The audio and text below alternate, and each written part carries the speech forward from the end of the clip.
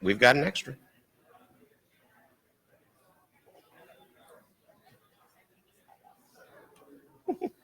It's a ridiculous room.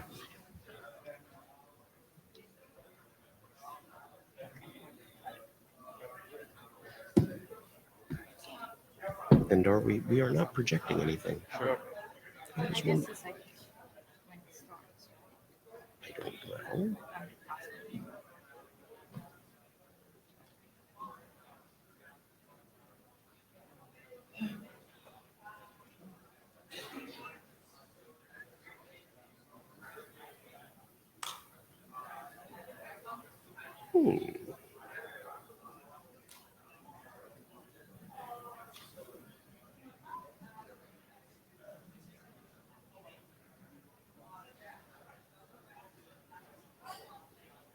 I'm having connectivity issues. No, I'm okay.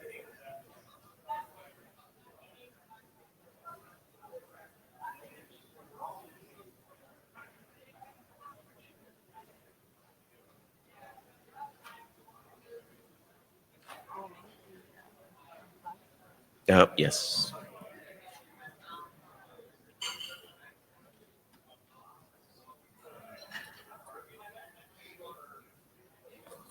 That looks promising.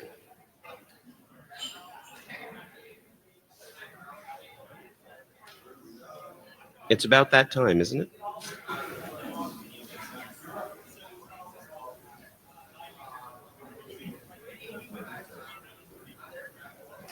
You ready?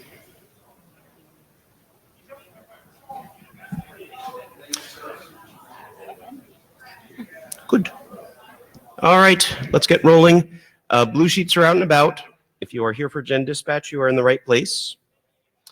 We have Ben taking notes in. Are you taking notes in Etherpad? If anybody would like to join Ben in Etherpad, I'm sure he would be thrilled to have the help.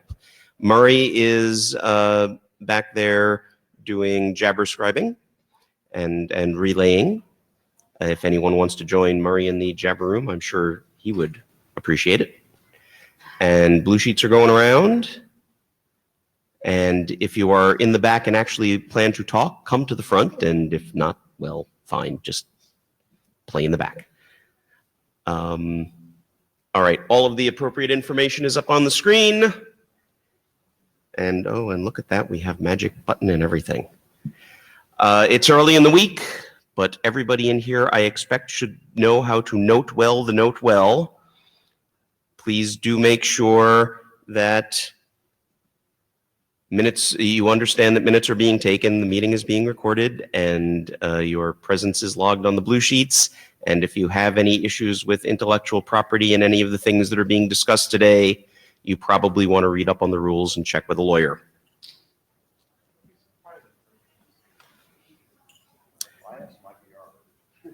Why would there? Yeah. Do we have any agenda bashing to do? Any additions or subtractions? I know Martin said he was running around doing one thing, and so we may need to shuffle him to the end of the agenda, but anything else need to be changed?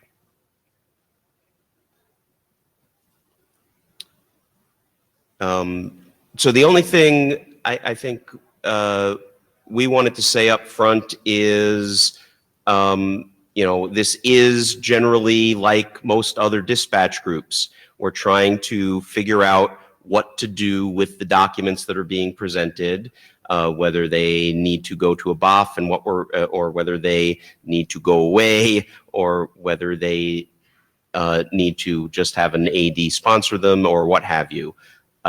So we're trying to get enough information out of the proposals to understand which one of those things it is. We're not trying to argue the proposals in here. And then we're going to, at the end, make a recommendation to Alyssa or whoever else might be involved about what to do there. Anything else you wanted? So, Joel, why don't you float up and give us your dog and or pony show?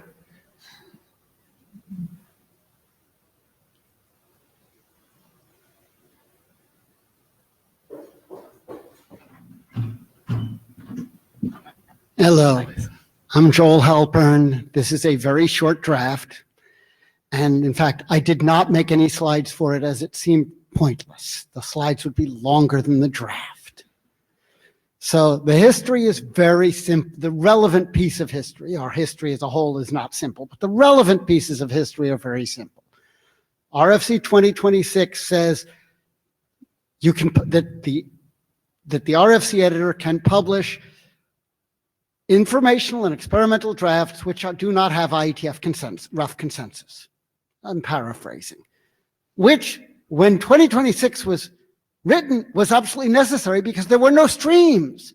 So that covered IAB documents, it covered IRTF documents, it covered the things that John Postel published, which are now independent stream documents. The IESG has, for understandable reasons, interpreted this to say the IESG can publish informational and experimental RFCs in the IETF stream without having IETF rough consensus. They have done this and recently proposed to do so, and AD proposed to do so again, which is what caused me to go, huh? Because that just makes, the IETF stream is the IETF stream. It should be IETF rough consensus documents. So this one says simple update 2026 to say the IESG must not publish informational or experimental documents in the IETF stream without IETF rough consensus. And then it goes through and discusses the few corner cases we could think of. It does note in the very bottom that if this doesn't happen, the IAB should probably look at the boilerplate because the IAB owns the boilerplates. Because the boilerplate difference, it turns out, if you do take this path, is simply that the non-consensus document is missing the sentence that says there was consensus. Not exactly clear. But I consider that a minor issue because the right fix is dead simple, right there on the screen. So what I'd like is feedback from other people. Hi, this is Barry Lieba. I'm the AD who Joel just mentioned. I didn't suggest that we should do it. I suggested that it was possible to do it, and I support this document. I think it is generally the policy right now that we do this, and I think making it casting it in stone is better. Thank you, Philip. Phil Baker. Yeah, I very much support this, having been the victim of it. There was an occasion where, at an early stage of what I believe to be an independent draft, I was told in no certain terms that my input was not wanted and I had no right to raise it. And that then became a draft, and it is now an RFC with IETF and standards track on it. And I was really, really pissed, as everybody knows, and I tried to appeal it and was not able to appeal it either. So I think that we should shut the door on this because it is not only open for abuse, it has been abused. John, I think you're next. John Peterson, I think this is a great idea, and we should figure out a way to advance this document. But without consensus. Can I make the suggestion from up here that part of the question was what method should we be using to do that? Not just that it's a good idea. And thank you for, I got the irony of it. Unsurprisingly, because I co-authored this with Joel. Thank you, Joel, for doing the work. I'm in favor of this. As I read the gender dispatch process, the probably appropriate thing is to ask for this to be AD sponsored by the relevant AD, because this is like so trivial. I can't imagine what other process we would use for it. If this takes anything other than AD sponsorship, something is confused. Ted. Ted Hardy speaking. I am broadly in favor of this. I do believe that the document may need a slight revision to make it clear that what's the IETF has consensus about is, or rough consensus about, is to publish, not necessarily the content. Because you may be publishing something as experimental in particular with the results of the experiment, which you clearly have determined failed, and therefore we don't have consensus around the protocol, we have consensus to publish the results of the experiment. So I think there's a little bit of extra wording around that Happy to have necessary. wording suggestions. But other than that, I think it's generally speaking a good idea. And I agree with Ecker that this is probably something that AD sponsorship with a 4-week IETF last call list discussion would be appropriate. Thank you.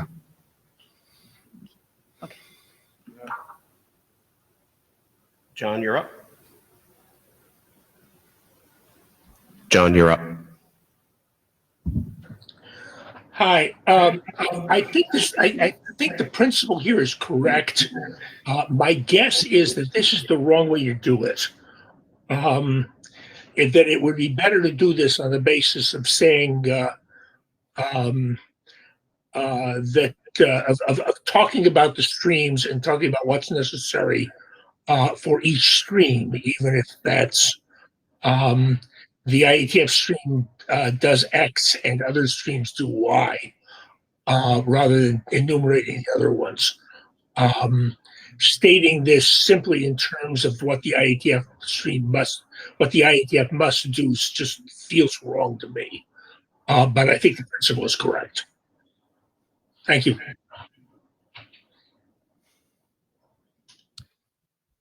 Yeah, well, I think that goes to after AD sponsorship. John is saying he's got suggested alternate text, is how I read his comment. And but yeah, I think it's a little bit more than alternate text. It's an alternate approach, but yes. okay. Anything else? So my read of what was said was we're pushing to AD sponsorship. Alyssa, do you want more guidance than that? Alyssa Cooper, it would be useful to understand these alternative things that people have just spoken about. So getting a little bit of that feedback on the Gen Dispatch list would be good. And my other question is whether people think there's any specific subsets of the community that should become aware of this before it goes to IETF last call.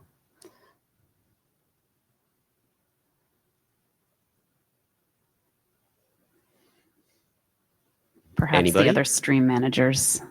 I mean, I can take care of that, but just thinking out loud. Just so they know. I'm happy to take a task to do that as Gen Dispatch chair, but whatever you think is appropriate there. I can do that. It's fine. Yeah. Thank you, Alyssa.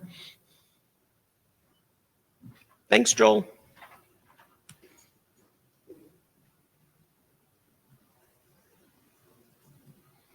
Is Martin here yet? Martin, are you here? Okay. Oh, then I'll do. Let's invert the other two. I'll switch mics. Switching microphones. So I'm speaking as the designated moderator of the discussion that we had. We had a virtual meeting about the eligibility discuss stuff. And so I'm going to give you the highlights. So next. We're basically talking about two events here. Draft Munasami Recall Rev was published. This is, for those who may not have read, about changing the eligibility requirements to be on a recall petition. So not the recall committee, not the NOMCOM, but the recall petition, the request to recall an AD. And the idea was to provide some enfranchisement for remote participants. That's the biggest change, is that remote participants would be able to sign a recall petition. The other thing it does is it reduces the number of people on a petition in order to start a recall. And this is about equity for remote participants more than anything else, and it's seen as a small step that could be done and rather than going into the big thing immediately could lead to other changes. So the eligibility discuss list was set up. There was some discussion about that, and then Ecker had proposed his document, which was more about addressing efficacy rather than equity, which is to say, the point of the second document is, look, the recall process does not work in general, and maybe the better way to approach this is to have a new recall process in which the members of the IESG, IAB, what have you, can petition within themselves to recall each other. I'm sorry? In place of. I think Barry has a comment. And a Also- comment from Barry, yes? Also clarifying the first bit, the first document also includes allowing iStar people to sign petitions. Yes, that is correct. That Which is different from what Ecker is proposing, but that right. it's also And part Ecker, of did you want to clarify? Yeah, I mean, I think, let's not get too carried away in like the details of what Mike and I proposed. First is me and Mike St. John's, but Yes, sorry about that. let's not get too carried away in the details of what we proposed. But I don't think it actually did replace. I think it augmented. I think we're just like, I think in our version we didn't. You could still do the ordinary recall procedure. We just think it's useless. And we'll do it. Okay. But, I mean, like obviously, if the community was like, do whatever we called it, expulsion and take away recall, I wouldn't object to that. So, but I think one important point is that the position of that document is that the current procedure isn't working, and so let's try something that might work. To say that the draft Munisami might be just moving around deck chairs. So we had this virtual meeting. And next slide. So let me give you the high-level takeaways that I had as chairing this meeting. First of all, on the draft Rescorla, one of the concerns that was raised was that this introduces the possibility that it makes those bodies self-selecting, which was kind of the point of making the NOMCOM in the first place, was to not have self-selecting bodies, so maybe that was problematic. There was a general idea, and did you want to interrupt, Mark, or I can? I just want to either ask way. a question of Yeah, go ahead. clarification. Mark Nottingham. I haven't been following this terribly closely, and I'm sorry for that. I've heard asserted a couple of times that the current process isn't working, and I don't know what that means because it hasn't been used in a long time.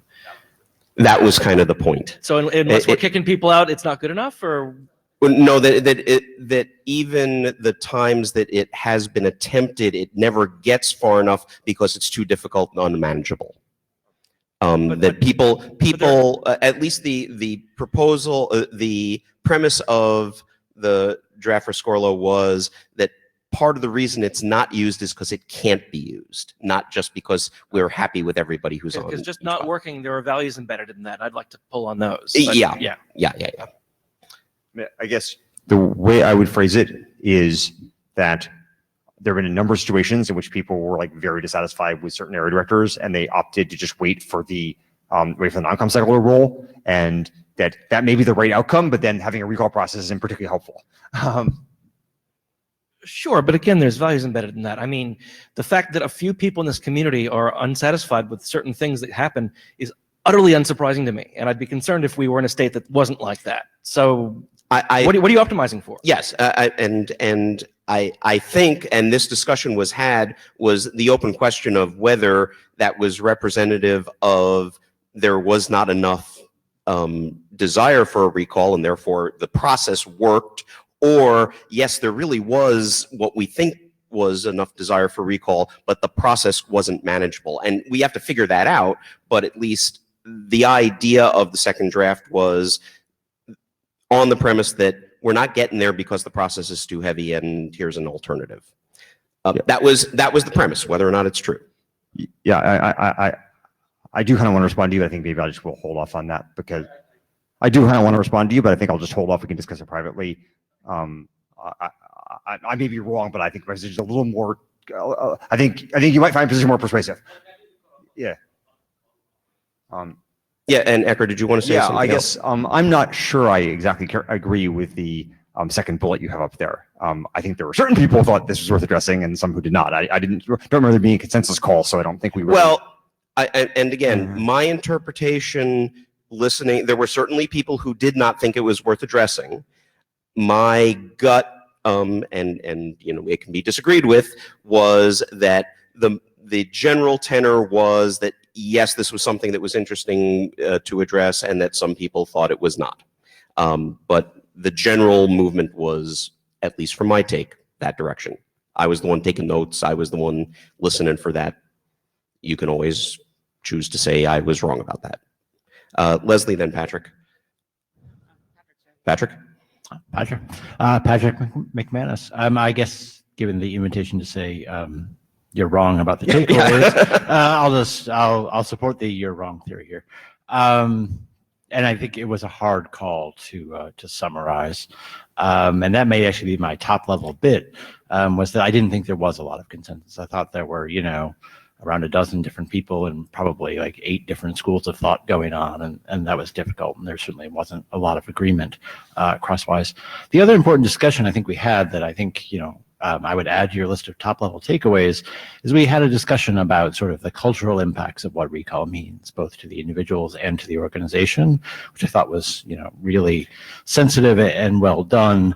And one of the conclusions I kind of made was that is a reason you see recalls not happening, is because they have a high cost with them along a number of different dimensions. And so the fact that it's not being used might not mean it's a problem. It might actually mean it's a choice. Fair enough. Leslie? Yeah, I think this, Leslie Daigle, Thinking Cat Enterprises. I think that sort of following on a bit from that, part of the challenge is, or maybe a better activity would be to try to categorize in cases where people have there has been some recall energy, trying to categorize what was the issue and how was it resolved. Was it really a failure of the recall process that we have, or was it that was the only mechanism in order to try to find redress for a perceived ill? But with that said, I would say that whatever we do going forward, I do think that a change to such a process that allows ISTAR folks to be involved in starting a recall is kind of an important step, and independent of the previous thought, because sometimes there are cases where it is folk within the IB and or ISG and or IAOC who see the issues and they're not visible to the community, so they need to be able to act. Right, and I want to say from my perspective, sort of listening to the conversation, and I don't want to, just to go back to Patrick for a second, I don't want to diminish that point that I thought was really important, that just going through a recall has certain impacts and certain really negative impacts depending on the purpose of the recall and how it's used. All of those issues, whether it's successful, whether it's usable, whether it has negative impacts, could in fact be separate from what the recall setup is and what it looks like. So if we want a petition to allow people from ISTAR, remote participants, whatever it is, it may be okay to leave the rest of the status quo as is. That it's still really hard to get people the gumption to get up and do that kind of recall thing. And it's why I sort of separated out equity as an issue. I didn't hear anyone say it's not a good idea for it to involve remote participants. What I heard was it doesn't necessarily improve things to make it easier to use. So, and I know those sound like weird, well, if it's not usable, why even bother going through it? But the idea being that equity might still be a useful thing to have in the process. Phil. Yeah, I did at one point go through with lawyers working out how to use the recall and the appeals piece on a certain topic of great moment at the time. And the conclusion was that basically the recall mechanism is unworkable because it takes longer than the tenure of the office holder for a start. It would probably blow up the organization just trying. And if you were going to do it, I think that you would at least want to have people attend IETF meetings in person first to sort the thing out directly. And if you weren't making that sort of input, I just don't see what the, I think that I think of all the things about the virtual participation, this is probably the very last thing that I would want to involve them in. Because I think that the type, there are certain people who would use that capability that would be the worst people for using it. And I think that goes to that last bullet item about people expressed a lot of concern about denial of service attacks by using the recall mechanism. I think the response to that was most salient was, remember that this is only the petition. So and given the mechanism that was described in the document, which is you had to be registered remotely for 3 out of the last 5 meetings, it would take you at least a year to be able to get enough sock puppets to start just the petition, which could then be dismissed by a recall committee. So, but yes, it was definitely a concern that was raised. Alyssa, then Ted, and then John will be after that. Alyssa Cooper. So on the call, just speaking as an individual with a particular perspective, on the call, I was musing a little bit about the extent to which there's some like shame involved in this process, and how some people who are, in a position where they are not performing the role that they signed up for, can be in jeopardy of feeling this kind of shame, and how does the recall process or refinements to it like potentially exacerbate that? And I've been thinking in the time since then about like why my brain led me in that direction in the first place. And I think a big reason for that is because in the last year, and especially in the last several months, the ISG and myself in particular have been working a lot and thinking a lot about conduct in the IETF and encouraging a more positive and friendly atmosphere. And I feel like that is a very pressing need, that attention and that work is very pressing in the community. And it would be great to take some of the energy that's involved here in this and direct it at that. These might not necessarily be at cross purposes, but thinking through ways that we can support people who are in leadership positions who may be falling down, or ways that people can sort of gracefully move out of the process, as opposed to this, which is quite public and adversarial and all of these things. I feel like work in that direction would be more aligned with the overall sense that at least the ISG has heard from the community, that we want to be building, a more kind of compassionate place that is more welcoming to people.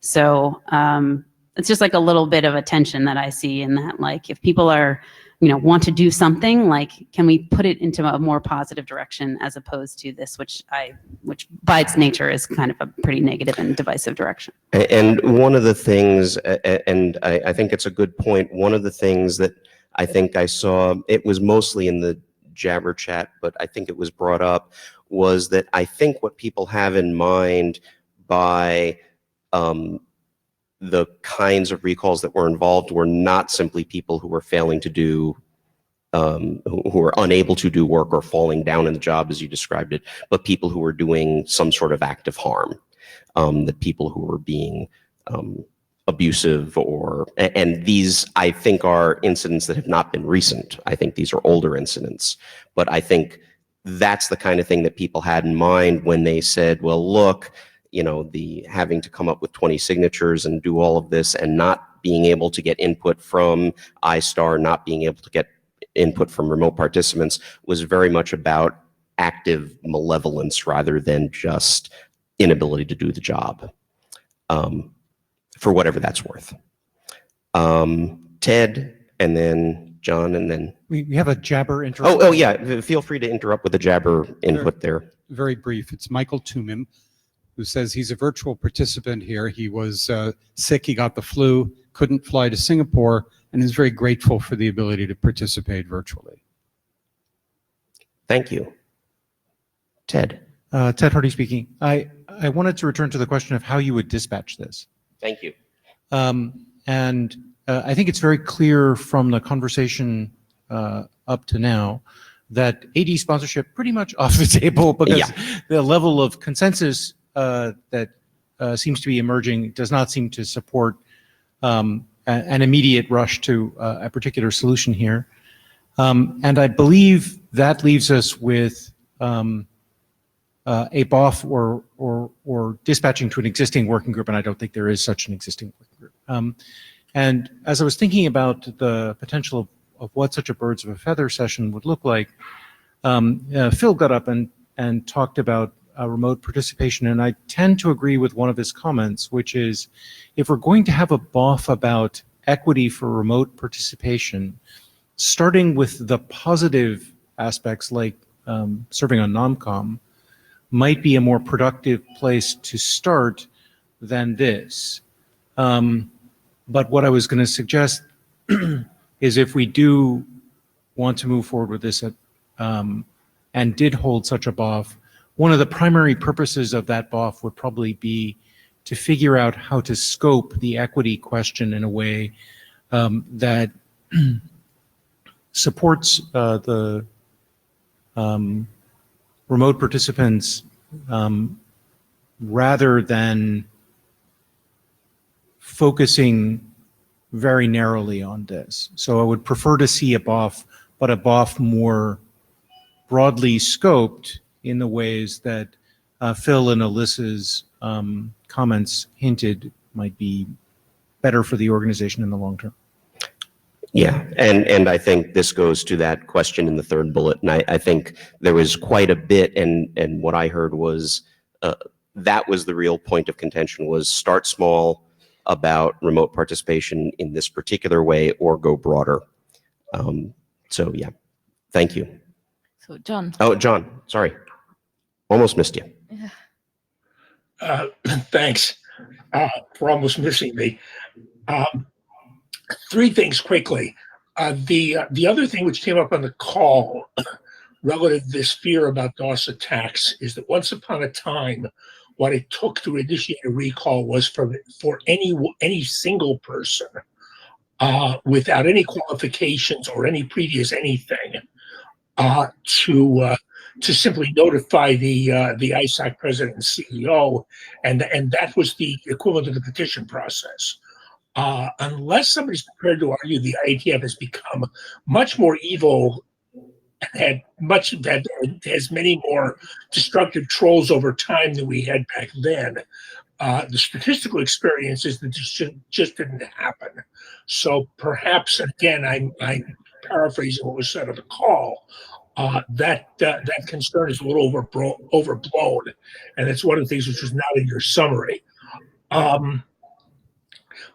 Two other things. One of which is that while I agree about supporting people better, somebody who is trying to initiate this would be nuts not to try informal supporting mechanisms first, if only because of how long and painful this process is. And again, this goes back to whether the IETF has become appreciably more evil over the years rather than getting gradually better, which I think we certainly are. And finally, with regard to the BOF question, I'd remind people that when this draft was first posted, the discussion was about a BOF, and then there was a discussion about a virtual BOF and doing a virtual BOF soon. And for one reason or another, that dragged out for a very long time, and finally turned into this virtual meeting, which is fine, except that if we're now going back to saying we need a BOF and we need a BOF in Vancouver, whether that's the intention or not, the effect is to just keep dragging this out and dragging this out and dragging this out. And finally, with regard to the scoping question, one thing we should probably decide, however we decide to handle this, and maybe another virtual BOF is the right way to do it, is whether the question about complete performance of the recall procedure are part of that scope or not, or part of some other scope. Thank you. Thanks, John. Hi, my name is Mike Hoy. I just wanted to amplify one of John's points. Pardon Yeah, me? you have to Sorry. eat the mic a little more. Very good. Thank you. I just wanted to amplify one of John's points to point out that, as he mentions, large numbers of bad actors are relatively easy to come by these days. But I think it's worth noting that the cost of participating in this event remotely is $0. And so there is effectively no impediment to brigading this process at the moment. If we choose to do that differently, then there are ways to avoid that. But at the moment, I believe we should consider that as a viable part of the threat model. Barry? This is Barry Lieba. I started off, well, I do agree with Ted that addressing the broader issue of non-com eligibility and other things to enfranchise remote participants is more important than addressing this small piece. But I have been convinced that it is worth addressing this small piece as a way to get there. I think the irony of having a BOF in Vancouver that is for remote participants kind of goes without saying. And I think we're at a point where we could charter a working group directly with, at worst, another virtual meeting to discuss it. We have a mailing list and we should use that to start hammering out a charter. I agree that this is way beyond AD sponsorship and a working group is necessary. But I think the next step should be a working group, not a BOF at this point. And partly for what John's saying, that it's already been pushed out farther and farther. So the scoping should be done in a working group charter. Ecker? Yeah, Eric Scroll, I mean, obviously anybody can produce a charter and float it, but the reason this is getting pushed out is there's not actually consensus to do it. And so hence, like the discussion continues because there's discussion because of like, it's not like universal support for it. So, you know, we'll have to feel free to float that charter and then we can, I guess we can last call it on the IETF list, but like, you know, that's not going to change the fundamental level of support. Stephen. It's Stephen Farrell. So at the risk of another current iStar member saying, don't just focus on recall, I think, to me, it makes much more sense if there's going to be a working group or a virtual BOF or whatever, for that to have broader scope on the equity issue. I agree with Alyssa about the, you know, expending energy on making it better for people who mostly participate remotely seems much more worthwhile to me. Sure, as part of that address recalls, but I'm not convinced, as Barry is, that the recall starting point is the best place.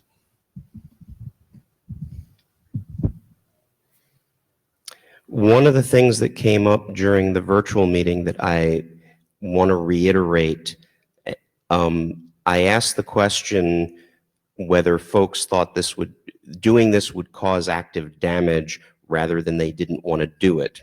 There was some indication that people thought it would. You know, I would want to hear that fleshed out. One of the things that I think is important is people saying we don't want to do this is not sufficient to say there is not consensus to do it. People need to be saying there is going to be damage by doing this. And if the work can be done and people think that it is worth doing without some counter reason, if there is a sufficient constituency, it should go forward. That's just your opinion, man.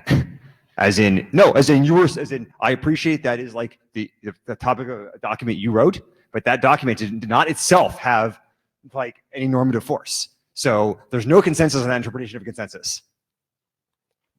I understand what you're saying, but there is no support in 2026 for, in order to charter a working group, there needs to be no objection to it. That's a different statement from the one you just made. I understand.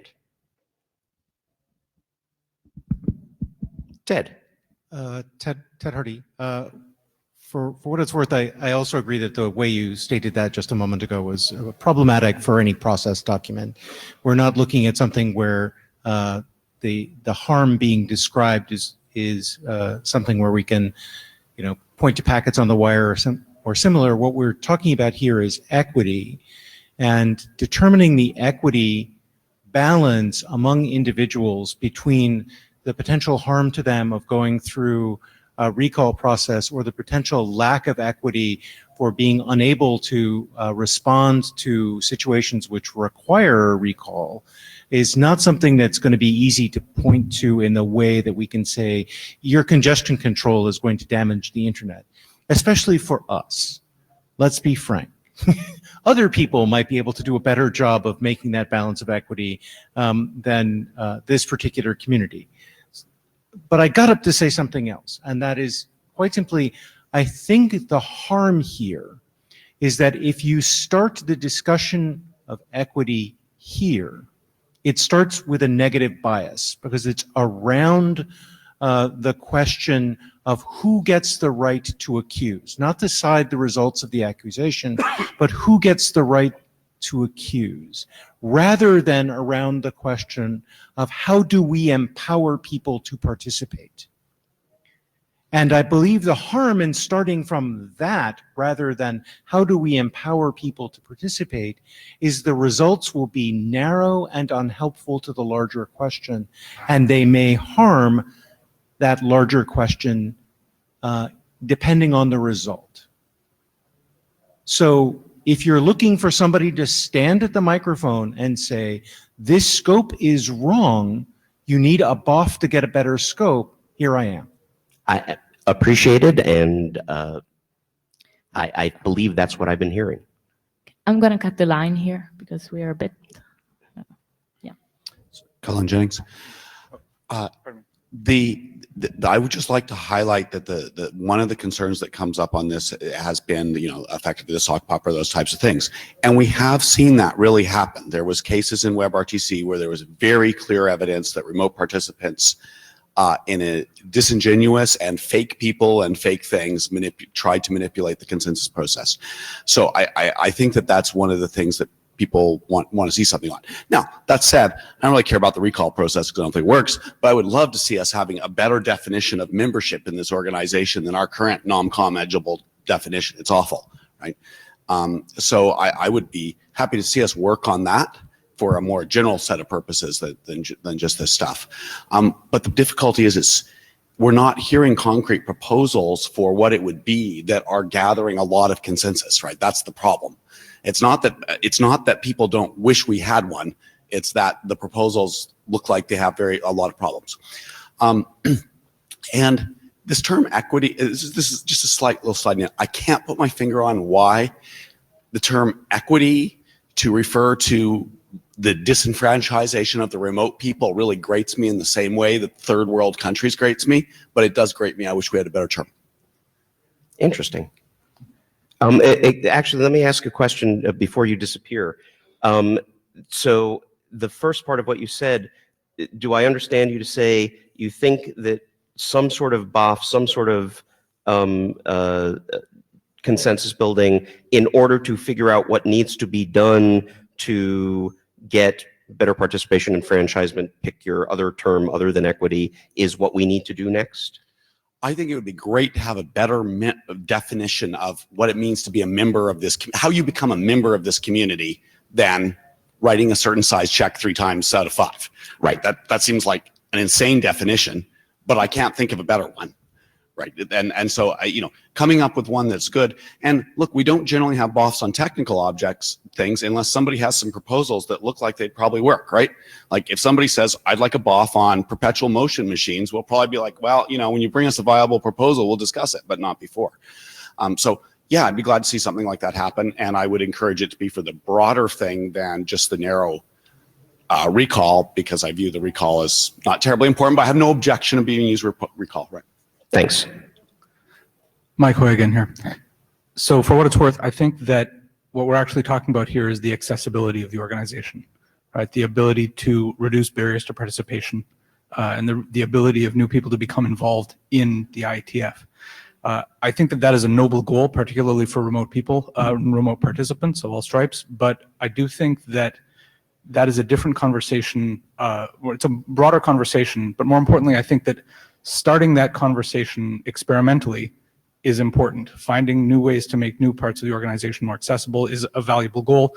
I think that starting that process with what amounts to starting it in what amounts to a disciplinary part of the organization or a disciplinary process is a much riskier way with much more potential negative side effects, whose consequences will include, if it goes badly, an unwillingness to explore that further as an org than you would if you had it exploring in virtually any other part of the IETF process. So this is a noble goal to get to, but in order to drive accessibility and to drive participation in the organization, there are much safer and much more sort of net positive ways of driving that inclusivity than this or any disciplinary or administrative recall process. Patrick, you get the last word. Thanks. So I wanted to address the concept of active harm because you asked about it. And so I think, I think about this in two different ways with this proposal. One is the cultural side effects that we've been talking about, and I won't continue to identify those, but I think that's a big issue. But I think there's also a tactical side. When I talk with people about, malfeasance that they believe would, make someone eligible for the recall process, if you will, instead of eligible to sign for the recall process, there is a lot of disagreement amongst what really qualifies there. And this came through on the call as well. And for some people, this is, misrepresenting the organization or something, very, very high like that. And for some other people, it's really a disagreement with how they're doing their jobs. And, sometimes actually the non-com is actually looking to create that dynamic. And it seems a little strange to, within the organization itself to balance concerns, right? And so there will be disagreements about how people choose to do their jobs. And there's a lot of discretion given to ISTAR about how individuals would go about those jobs. And that is something we are selecting them for both good and for bad. And to put a lot of emphasis on, recall as it intersects with disagreements about how that happens, I think is perhaps a tactical mistake for us to do at this point. From a very just dispatchy kind of question with respect to these two recall proposals, I think these should probably stop here, but we might still want to undertake the larger question of remote eligibility. And I think that last bit is exactly what I was thinking, that the recommendation of this room is sounding like it's leaning toward, if you're going to take on something like this, take on the question of remote participation, maybe membership, although that word has all sorts of implications, but enfranchisement, what have you, and boff that. And maybe, to be less ironic, virtually boff it. But that's so far what I'm hearing is the recommendation of the room. Does anybody want to disagree with that? Thumbs up. All right, I see thumbs up in a couple of places. Yeah. So, all right, Martin, I believe you are next victim. John, real quick. Oh, John, did you want to make a comment? Yeah, I just wanted to express disagreement. I think this gets back to some things which were said on the call about how to parse this out, and there is, whether you call it an equity issue or something else, and I'd rather call it something else, there is a real issue with remote participants being able to protect themselves against harmful behavior that is differentially applied to remote participants. And that's a significant issue regardless of how often we predict it will come up or not come up. And that was the motivation for trying to do this as a first step. So just to record the disagreement. Thanks. Thanks, John. Magic, isn't it? So I have a draft. It's a bit of a trial balloon, simply because it's a little smaller than the last topic. Well, it's why we meant to do you. And this is, I think, an important question for this process to address, which is, look at that. So this is the proposal. It's about one page. It essentially proposes updating BCP 9 which is, the all-encompassing process that governs pretty much everything that we do here, with a very small change. It essentially just removes a paragraph.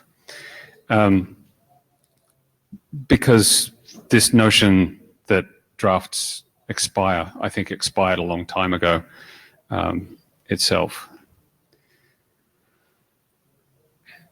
But I think that there's a bigger question here, which is that how do we run small things like this? I don't know the answer to that. We talked about having BOFs, but how would you make a change like this? This is almost a nonsensical change. And I would like to discuss it in the time that we have available, but I'm more interested in discussing this question right here. Who publishes this document? What is the constituency for a document like this? How do we decide what consensus is for something like this?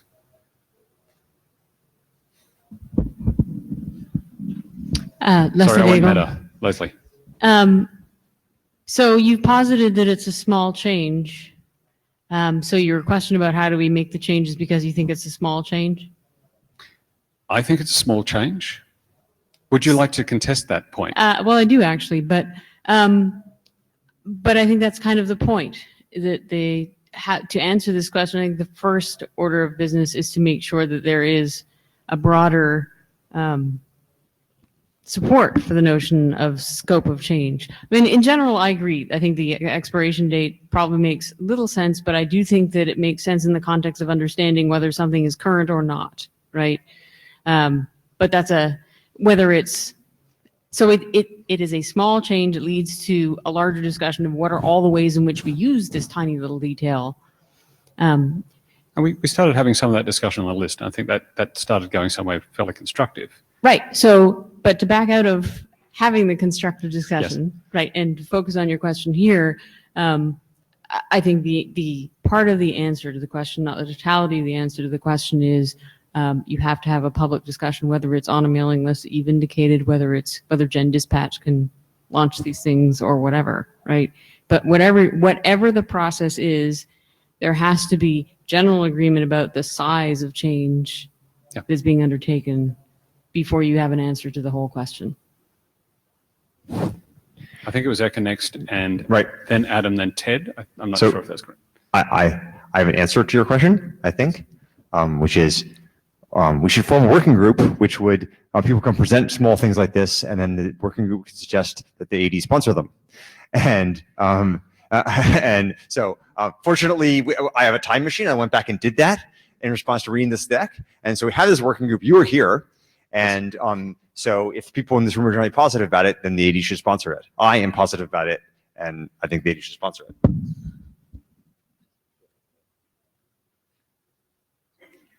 it. Ted Hardy, and if Ecker has a time machine, I'd like to borrow it and fix some other things.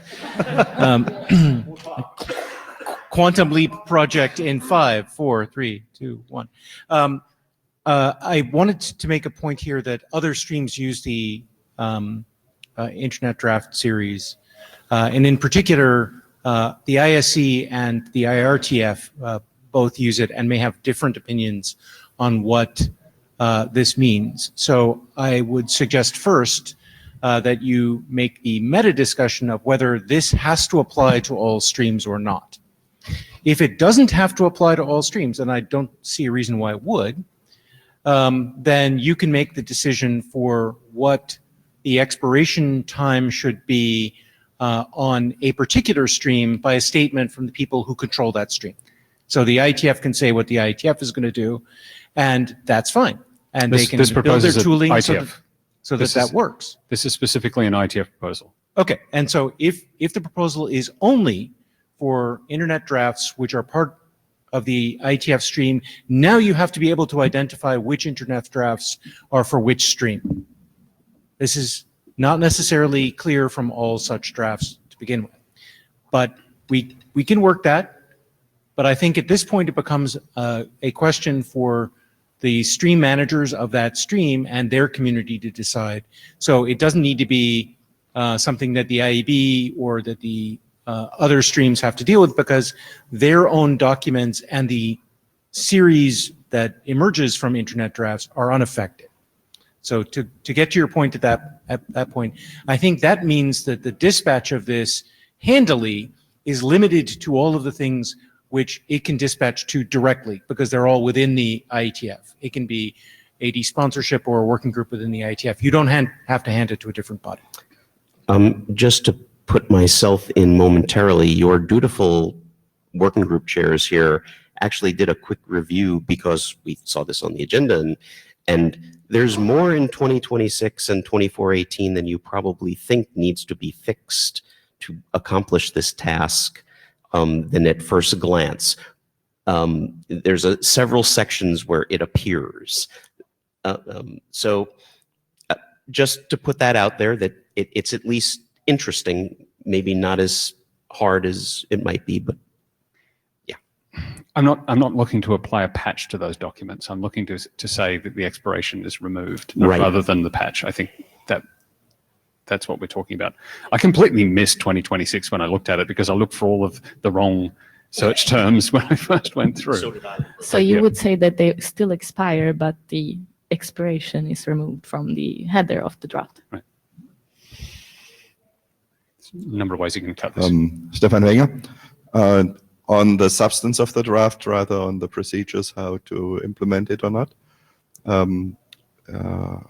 I've recently sat in the position in a patent case where the plaintiff, with a straight face made the argument that expired internet drafts cannot be used as prior art arguments. And I'm not joking. I'm really not joking. Yeah. Keep that in mind. This is from that viewpoint, which is a business viewpoint, agreed. But from that viewpoint, it's a very good idea. Thank you. David Skenazy, Google. Allow me to start by saying your choice of fonts is bad and you should feel bad. What about the colors? More seriously, I support this change for two reasons. The first one is, yes, for the reasons you cited, drafts shouldn't expire, and we keep finding more reasons why this is good. And the other one is for the meta discussion of, if we have some process questions in the IETF that we don't really know how to fix, I think this one is small and simple enough that it's a good way to prototype how do we go about fixing such things, and that's a good thing to do regardless of what the topic is. So just to note for everybody, there are 6 people in the queue and 4 minutes left. So focusing on the dispatchy question would probably be most helpful, but we will go over a little if need be. Alyssa Cooper, this is not going to help you with that, sorry. So I just wanted to raise a few related ideas that have come up in conversations about this in the last several years. So, people mentioned concern about the liveness of the draft and this being an indication of it being alive or dead or current or whatever. It turns out that there's ways to indicate that aren't related to a date, like saying current or active or dead, which you can actually mark in the data tracker, but not in the draft themselves. So there might be other bits of metadata that are actually like more semantically expressive than the expiration date and achieve some of the same ends. There's also been conversation about the fact that the expiration date is felt by some to be a forcing function to renew the draft, and one might consider either for the kind of active versus dead question, or for the forcing function that if authors find that helpful, then it can be up to them whether this appears or not in their own drafts. So it need not be uniform for all drafts in the repository.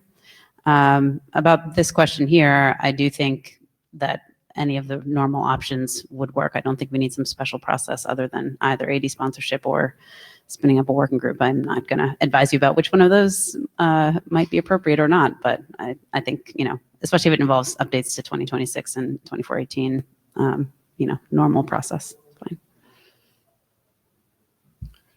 Hi, Stephen Farrell. So I don't really care about this change, but I'm not against it.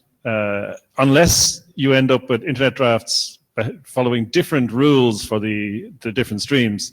So if you're going to make this change, just talk to the ISE and the RTF chair and make sure everybody is okay with doing it all over.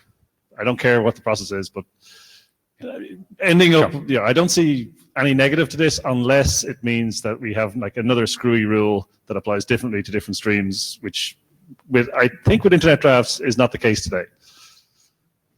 I think that's right, yeah. Even though the boilerplate may not really apply in some of the other streams, they tend to attract it, yeah. Yeah, Phil Harnbaker, I support this change. To answer Alyssa's, the way that you can avoid the pressure is there's a Perl script. Just works every 6 months, put in cron tab. If people want to mark a draft as superseded, then the way to do it is to just put in another draft to say, this is blank, except, hey, go here. And of course, people could say, this is a really bad idea, don't do it. And if somebody does that, I'll buy them a pint. So, John? Yeah, I just want to put a stake in the ground for the dissenting parties as someone who didn't feel like it was a good idea for the IETF to make expired drafts even publicly available in an easy way. And this conversation confirms it. One of the things which makes a clear distinction between the RFC series as an archival record and the internet drafts is this notion of expiration.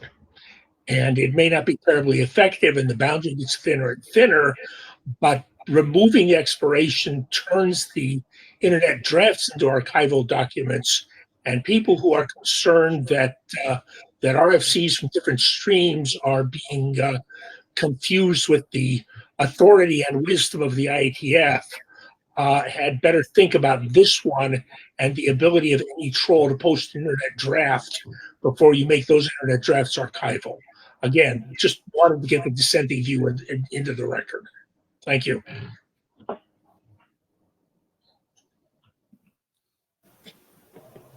Colin? My colleague on my left. This difference is touching. Colin James, I wouldn't want to see us spend a huge amount of time on this. I mean, the drafts, no matter what people wish or say, and I heard John's point, they don't expire. When you Google the name, they're there. They are used as archival documents in law cases all the time. I've heard the same argument made by things and seen every judge always instantly reject that. These are documents that do exist, and they are effectively archival. In the sense that you get them afterwards, and that's good. We use them, we refer to them, we could talk about when things happened, the timelines for when things happened. But like the fact that we would spin up a working group to spend time on discussing this, it just doesn't seem like the most important thing. I think this is your most epic troll ever. Yeah, that's a big statement. Mark Nottingham. I like this. I think we should do this. I think this is the right thing to do because it aligns what we say with reality, which is something I always think we should do. However, I hear it being asserted that this is small and simple, and something in the back of my head says that you may have opened a portal to hell. That's exactly my point of getting to this question as the primary focus of this discussion was that this is talking about making a change to BCP 9, which hasn't happened in a great many years. Right. And specifically, people are talking about different streams, and let's face it, a large number of internet drafts are on no stream, or they change streams, or they change states multiple times. And so, we talk about consulting the community of people who use this. That's an incredibly amorphous thing. And oh my God, we're talking about representation of communities again, and we know where that goes. So just tread carefully. Yeah. No.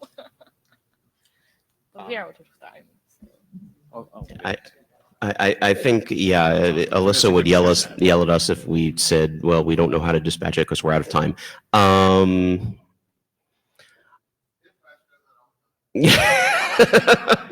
Ben exclaims that dispatch in art does that all the time. I'm looking at Alyssa for some sort of help here. I mean, I heard a lot of just handing this to an AD is probably not it. Is that accurate? Yeah, I agree with that. I mean, I guess I would be interested in your thoughts of whether there's anything you heard today that causes you to want to like spin a new version that is substantially different, or like any of these arguments sway you one way or the other. So the one thing I did hear was Stephen's comment, which is make this apply to all streams equally. And that just means, I think, making sure that all of the different stream managers are on board with it as well. But that might make it an IAB document, not an IETF document. And at which point I'm happy to go talk to my esteemed colleagues at the IAB, but I certainly would want to have this run through the IETF as the primary consumer of these things. And I will note for amusement's sake that your faithful chair made a comment in the Jabber room which made it seem like there might be some significant discussion in the IAB if you brought it to them. Well, I would just observe that one can have conversations with stream leads without having process implications. Absolutely. Absolutely. There is no question of that.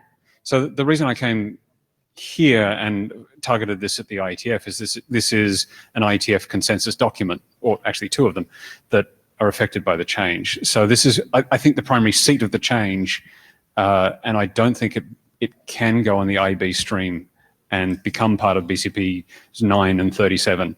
But we should, my view is I would need to go and talk to the stream managers for the other streams and simply say, would you have any objection to this? What sort of process would you like to see this go through? What sort of community input do you want to see before this goes forward? But I think its primary home is still. Okay, so I'm hearing your suggestion is you're going to do footwork to talk to stream managers, and then maybe it comes back to a BOF or something to figure out how to handle these sorts of things in general? I don't want to BOF this thing. I know. I think this is AD sponsorship, if anything, because that's the right level of energy that a change of this size requires. If we can't do something of this size to our processes when we have such what seems to be quite a large amount of support for the change, then I think that we're stuck with the processes that we had in the early 2000s, and that's not a great place to be.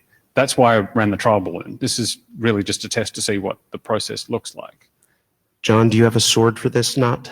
Well, no, I mean, I just wanted actually to bring back MNOT's comment. And again, I think you obviously will need all kinds of buy-off from everyone in the community on this because there is no other process we have. But to MNOT's point, internet drafts are not a stream.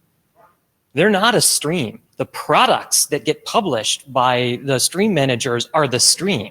And internet drafts are this weird amorphous thing that is handled by the secretariat, right?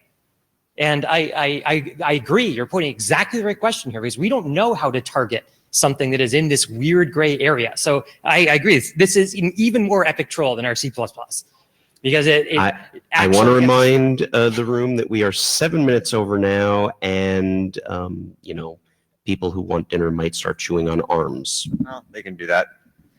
I just happened to be reading the boilerplate on internet drafts, what people might familiarize themselves with. So the first sentence of the second paragraph is internet drafts are working documents in the Internet Engineering Task Force. Then it does say other groups may distribute working documents in internet drafts, but then you will notice the copyright notice says IETF Trust. So, like, one might be forgiven the impression that all internet drafts, as a practical matter, that are published by our system are IETF documents of one kind or another. John Mattsson, deciding whether internet drafts expire or having the expiry header in the drafts are very different things. There's some confusing here. And I cannot find in BCP 9 or 25 that the drafts should have an expiry header. So I think that needs to be specified somewhere else or not specified at all. So curiously, I have looked into this question. Yes, the boilerplate and the question of expiry are separate notions. I want to attack the actual expiry notion and address the boilerplate as a consequence of that. And the IEB owns the boilerplate, despite the fact that the IETF Trust owns the copyright on the documents with that boilerplate. So I think we'll be fine on that question. You okay with this outcome, Alyssa?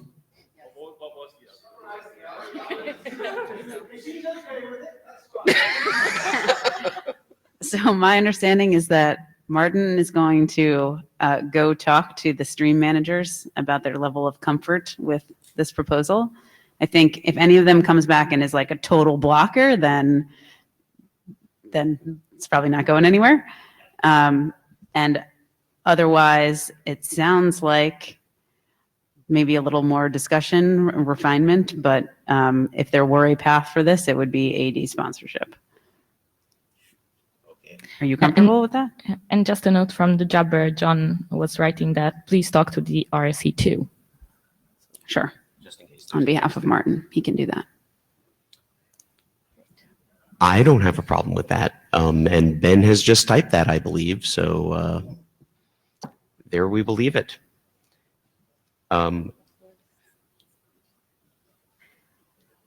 Yes, Phil? I do have an AOB item. Quickly, and we will bring it to the Okay, list. yeah, likely. this isn't going to be something that you can discuss here. We need to change note well. We need to add antitrust considerations to it.